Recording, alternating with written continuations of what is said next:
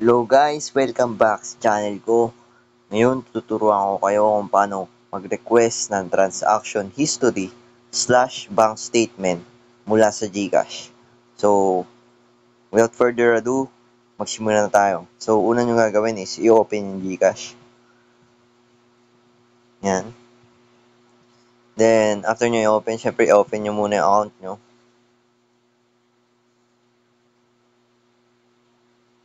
Yeah, so yan, nandito na tayo sa homepage ng GCash.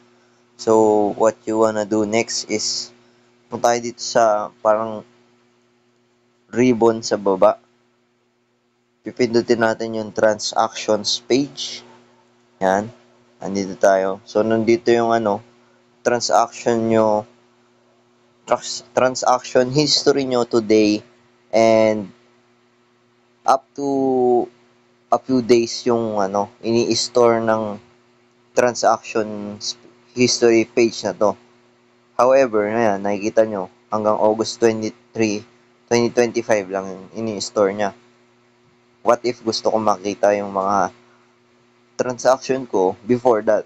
So, ito, sa baba, ipindutin natin. Request transaction history. Yan. Tapos, pipindutin mo kung anong date range yung ilalagay mo. So, lagay natin. Yan, pwede nyo ilagay 7 days, kung 30 days, or 60 days, or pwede rin kung ilang araw nyo gusto.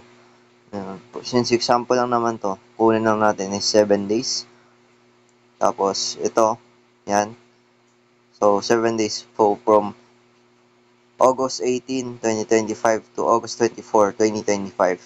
So, now, press or tap submit request. Yan. By the way, guys, masisend pala to sa email nyo. So, magantay na lang kayo dumatingin sa email nyo. It should arrive very quickly. Since yung email nga pala na makakatanggap nito is yung email na nakakonekta sa GCash nyo. So, pinundin na natin yung okay na yan.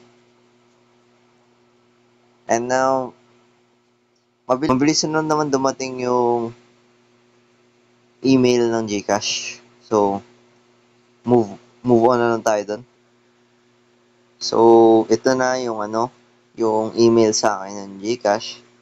At ito, may kasamang file yung email nila sa akin. May naka-attach na file. Now, what you wanna do is, pinutin nyo yung file na yan, yung download button, i-download nyo yung file. Yan. Now, after nyo ma-download, you are going to open with Drive. Yan. Select Drive.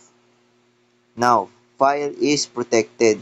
So, para may password yung file na to. Para mabuksan mo, merong format na ibibigay sa iyo yung email. So, for me, ilalagay niya is yung last name ko and yung last 4 digits ng number ko. And open. And ito na. Ito na yung bank statement nyo. Bank statement / transaction history nyo sa GCash. Makikita nyo lahat dyan ng transaction history nyo. Lahat ng transactions nyo from August 18, 2025 to August 25, 2025. So, yan. Yan, makikita nyo lahat yan dito. So, yeah. Thank you very much guys for watching. I will see you in the next one.